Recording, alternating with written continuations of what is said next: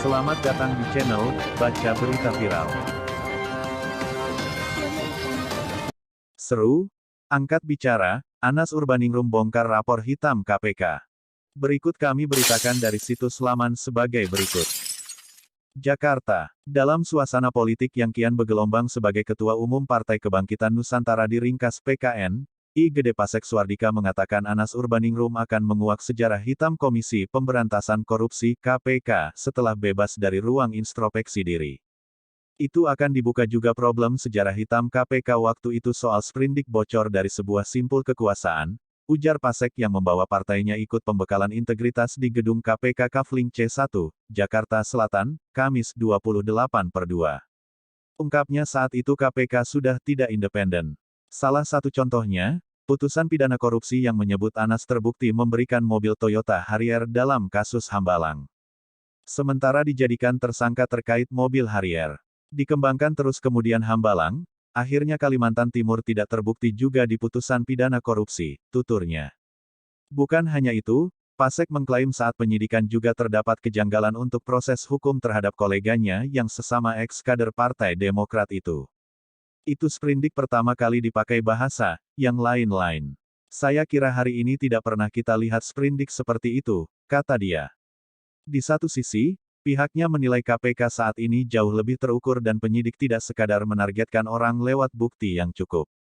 Oleh karenanya, PKN mendukung kegiatan KPK dalam memberantas dan mencegah perbuatan tindak pidana korupsi saat ini. Cara pendekatannya dan penangkapannya betul-betul perhitungan yang matang. Saya kira ini lebih kita beli support ya, ucapnya.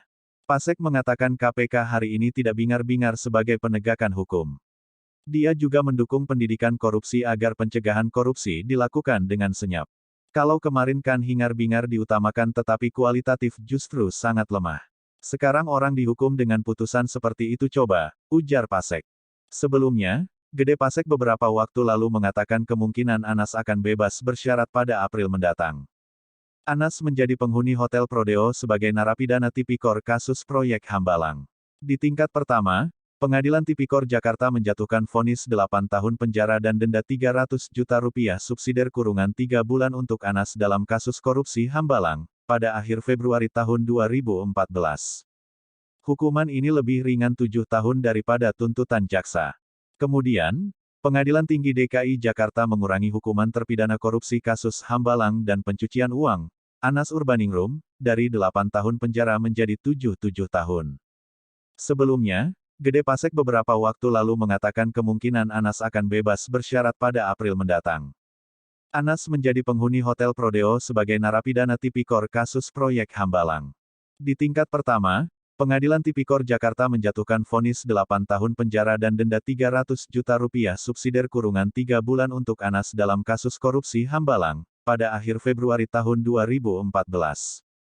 Hukuman ini lebih ringan 7 tahun daripada tuntutan jaksa.